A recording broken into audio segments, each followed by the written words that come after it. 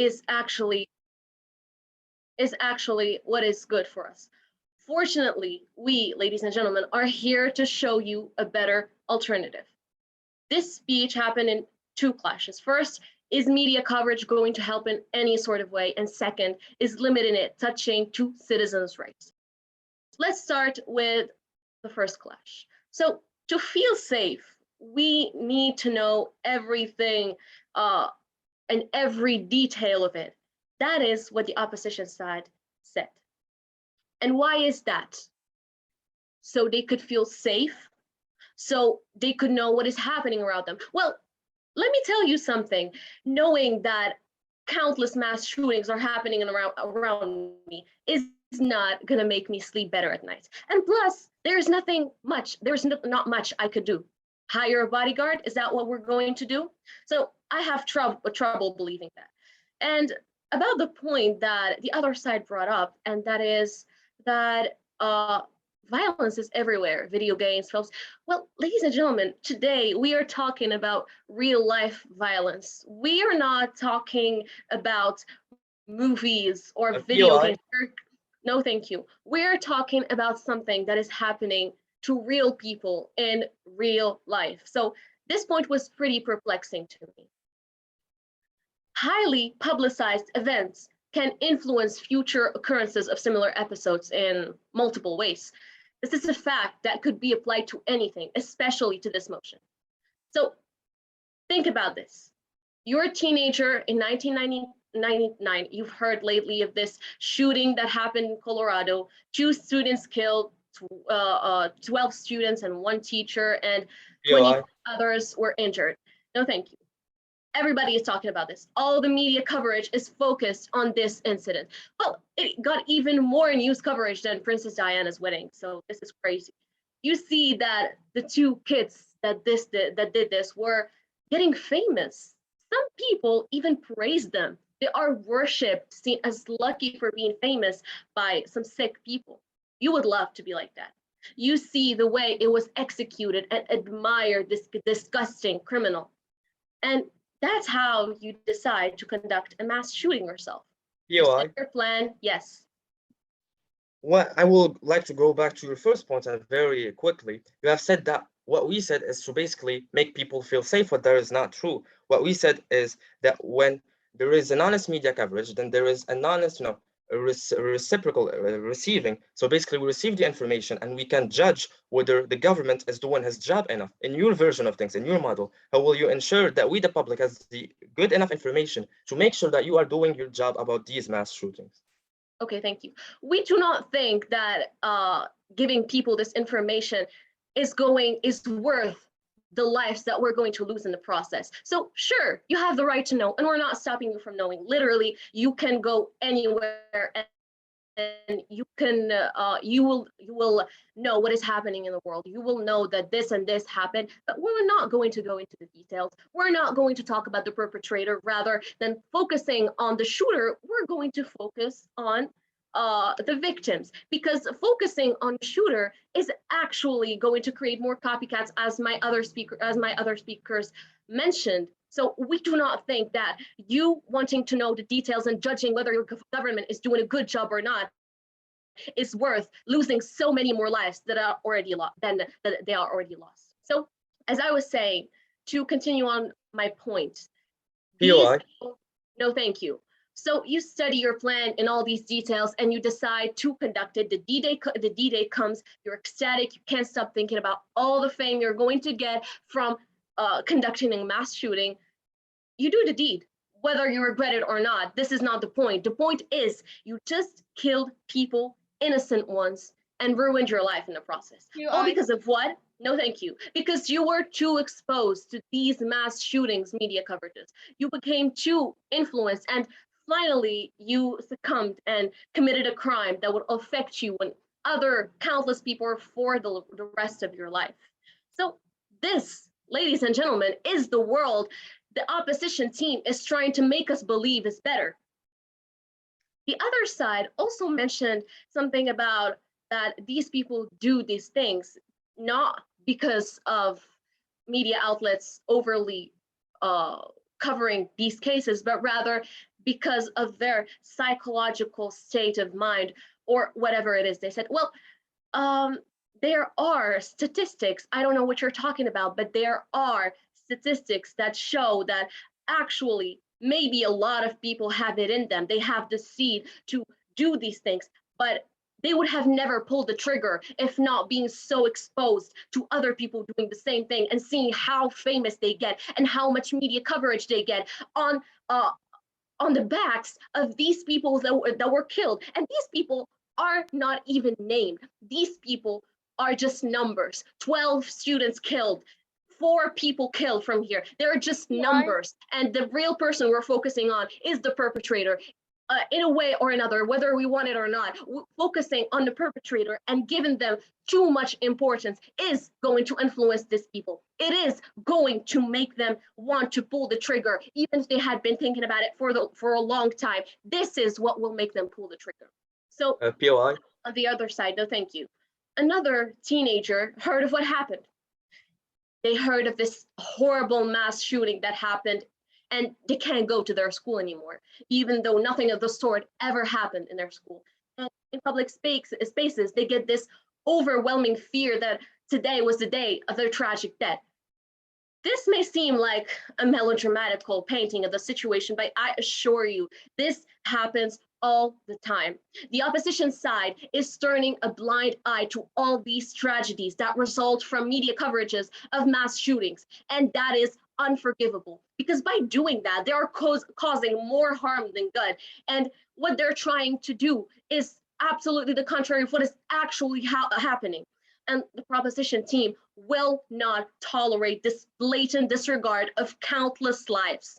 We will not tolerate letting more people fall victims to these tragic crimes. Moving on to the second clash is limiting media coverage of mass shootings touching to citizens' rights. The other side expressed how people need to know everything, and I already mentioned that in my previous POI, but this is not worth it. They said that because we live in a democracy, and that if mass shootings happen, then they have the right to know. Well, we're not stopping you from knowing anything. If you want to know, then really, yes. You have said that you're not stopping us from watching anything. POIs are not allowed protected time. Oh yeah. So we're not hiding anything from you. So in some states in USA, seeing how media coverage influences the creation of copycats, policemen stopped giving the names of the shooter, and that has shown itself to be a successful strategy in decreasing the number of mass shootings. The numbers are there, the evidence is there, and the other side is providing an inhumane view on the motion, with the guys that fighting for their right to know everything in each and every detail. This is why we think our side should win, and we are proud to propose. Thank you. Right, thank you for the speech. Third speaker of the opposition, the floor is yours.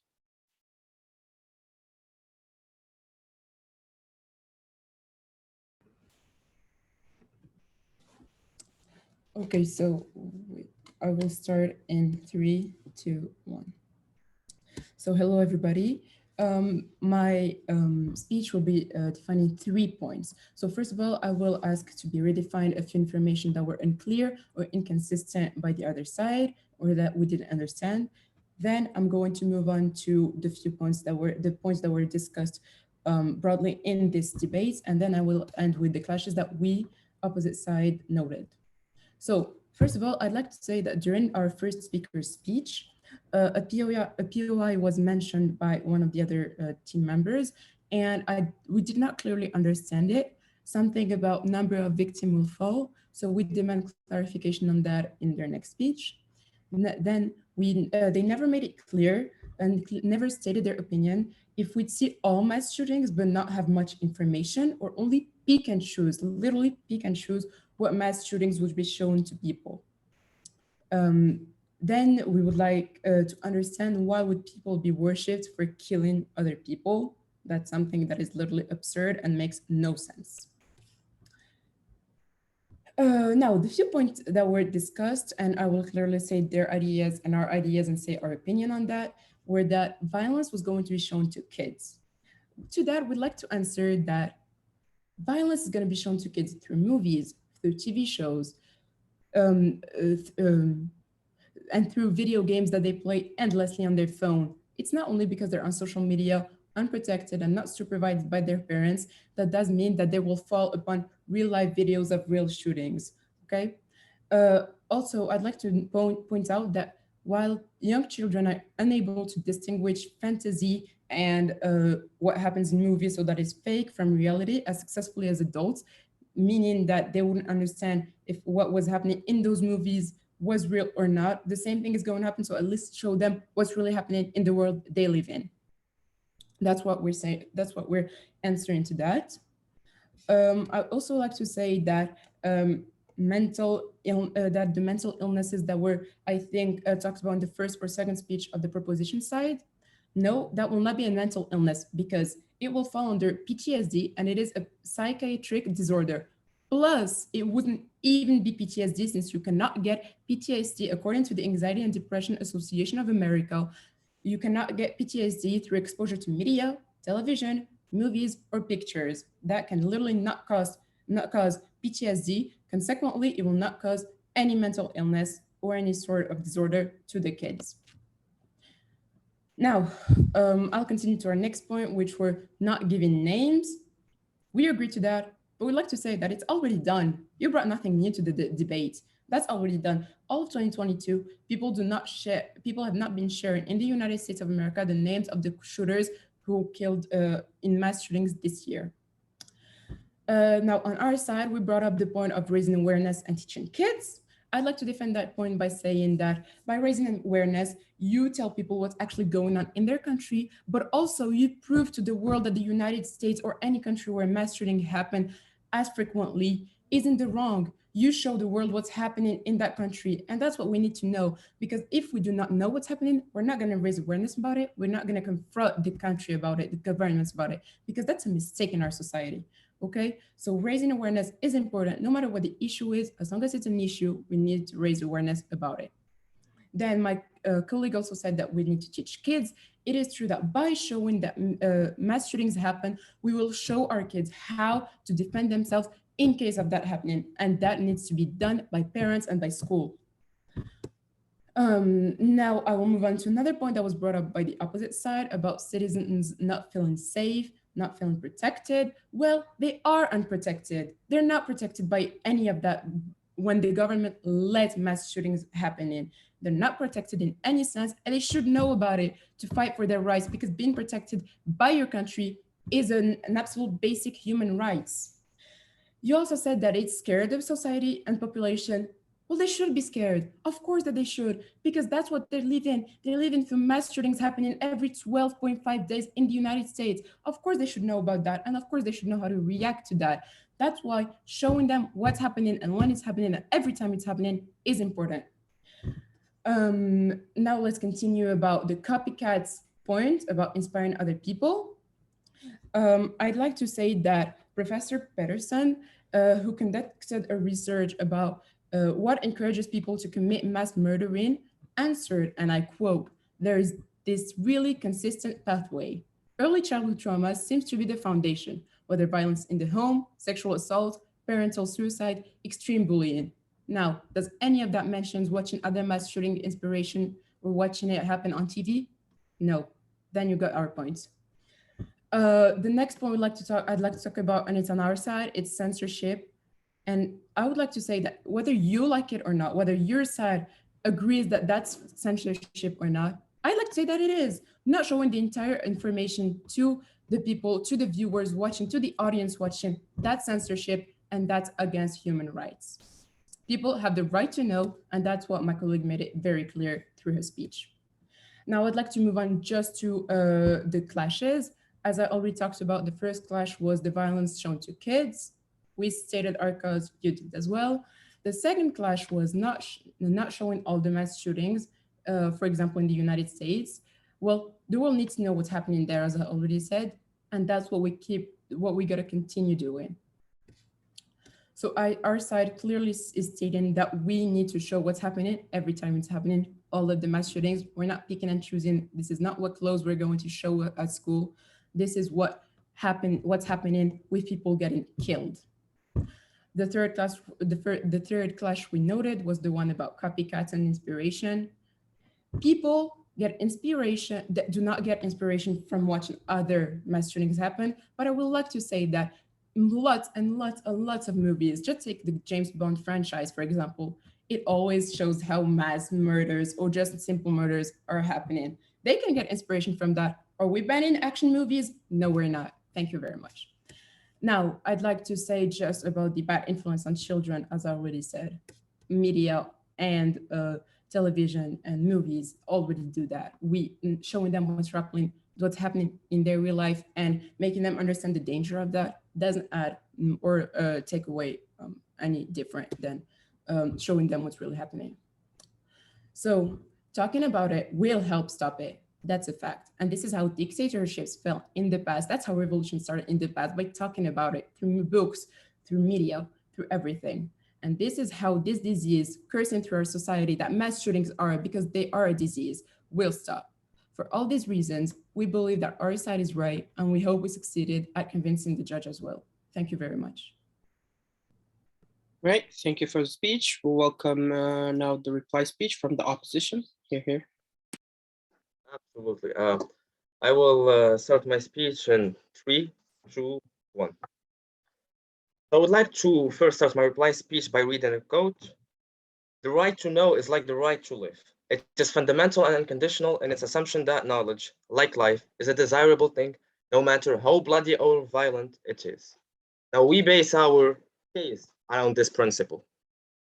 I would like to first start by underlining the main and major key mistakes that my opponents committed in their various speeches. Now, firstly, there has been many logical gaps. Firstly, they stated that they wanted to ban all violent keywords from all media outlets.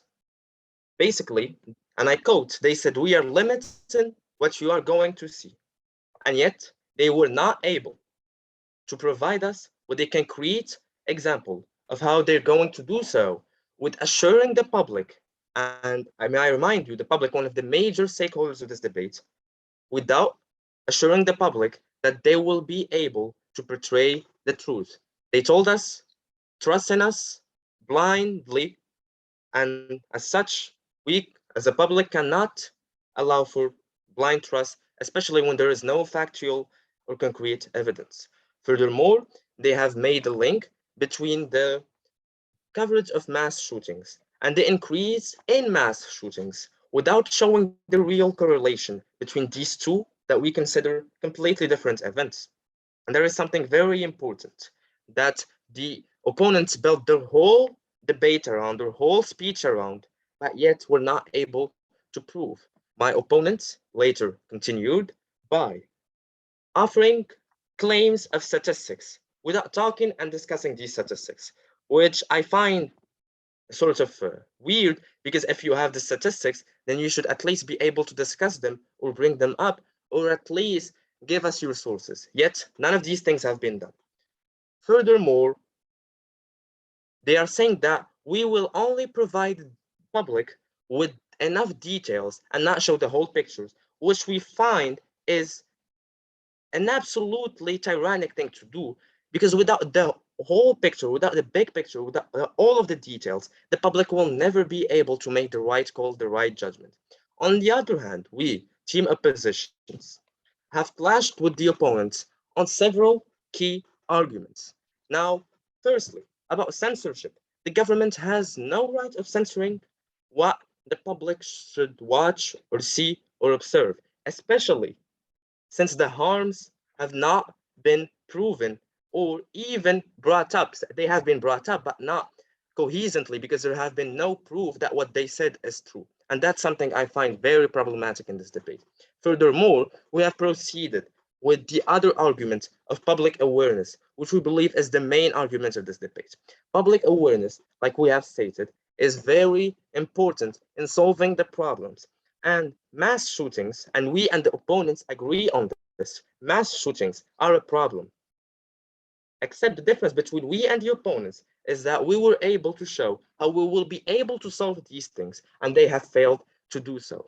Frankly, gentlemen, when in a debate there are two teams, one team has succeeded at showing the proofs, giving supporting reasons, and analyzing beyond everything, while the other team has only provided claims, unsupported claims, and verified claims, and made reason to some statistics that they have not been able to confirm the existence of. In such a debate, the only logical outcome is for the first team to win, which is our team opposition. Thank you. Right, we thank the speaker, and now the reply from proposition. So all along the speech, we highlighted the alarming impact that will exposing mass shootings to the public will have. So we first started by explaining how mass shootings affects kids' mental health, and they tried to refute it. I think the first debater claimed that it's the parents' job to babysit the children 24/7. And we all know that this is unrealistic and this is absurd. I mean, when you're using your phone, do your parents come and like check what you're seeing, what you're doing? And like in the worst case, like some parents might be irresponsible. Then like the government's role would be to protect these children and like to provide them with a healthy environment. And I'm also glad that one of the debaters came up with the George Floyd's incident, because actually that's our whole point. We're gonna inform the public. We're just gonna insist and grab people's attention on the victims rather than the shooters or the crime details, or like sharing like these cruel and violent images. That's exactly what we're doing. We're gonna grab people's attention on the victim. So yes, that will be actually supporting our claim that this will incentivize people, because like the opposing team have not provided any arguments of why showing all of the crime photos or of the crime details will be beneficial for society or for the citizens. They just kept telling us that we're violating the citizens' rights, but not telling them everything. I mean, we're gonna contextualize. We're gonna tell them the whole picture. We're just not gonna share the violent, the cruel images. We're gonna bring more attention on like the victim and what's really like happened, instead of just insisting on the identity or like the unimportant details. And they also claim that we're just showing a beautiful country, no problem. That's definitely not what we're saying. And also another speaker declared that it's okay like for the citizens to not feel safe if it's the case, but no, the government's role is to protect the citizens and to reduce the amount of fear they might have, I mean, concerning other incidents. So I really don't see this debater's point. And also the previous debater mentioned that banning keywords is not democratic. So one of the main basic principles of democracy is liberty. And when you're harming, when you're hurting others people's freedom, that means that like your freedom should be limited. So that's why we're gonna inform people. We're gonna tell them. We're gonna show people. We're gonna tell them why what happened. I mean, we're gonna contextualize. We're just gonna not we're not gonna just bring unimportant cruel details. So yeah, for all of these reasons, I think that we our arguments were much stronger, since we really did understand the motion. They just kept saying that the citizens need to know everything. We will inform them. They will be informed. They just won't know the unimportant details that will maybe trigger some hate, that may inspire other criminals. So yeah, that's what we're saying. And us as as a proposition team, we're really glad to propose. Thank you for listening to my speech. Right. Thank you. And thanks everyone for what was